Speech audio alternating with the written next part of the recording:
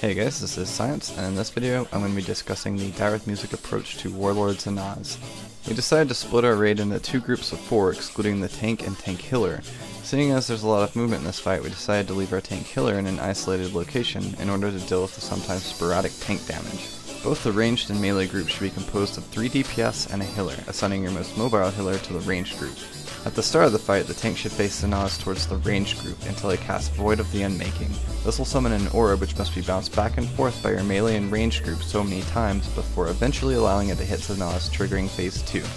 Immediately after Zon'ozz summons the Void, your tank should face Zon'ozz away from the rest of the raid due to the boss's ability Psychic Drain. Psychic Drain hits in a frontal cone for roughly 120,000 shadow damage and heals the boss for 10 times the amount of damage dealt. Now as for the Void, how many times your raid bounces is mostly dependent upon how much your healers can sustain, as the more times it's bounced, the more damage it does each time.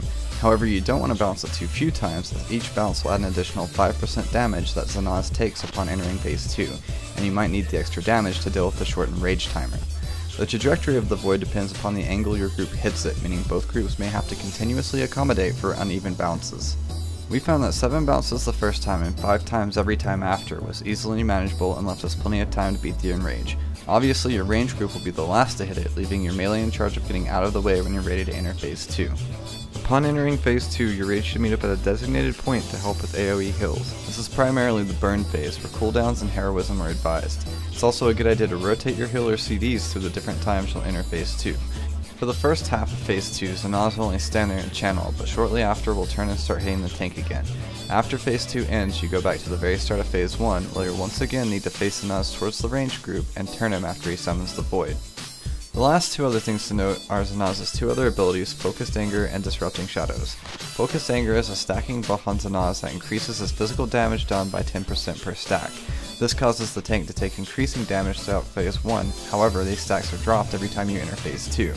Disrupting Shadows is a debuff put on random players that takes for 36,000 damage every 2 seconds and needs to be dispelled. However, when it is dispelled, it deals 60,000 damage to the dispelled player and knocks them back. This needs to be monitored closely, as this can kill players at low health, knock players into the Void at inopportune times, or even set players up to be killed once the Void hits. Make sure the player is topped off before being dispelled and quickly healed after.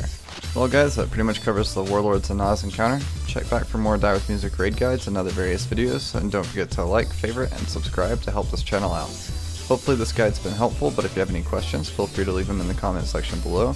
And now I leave you to enjoy the rest of this video, one of our mini downings of Warlord Zon'ozz.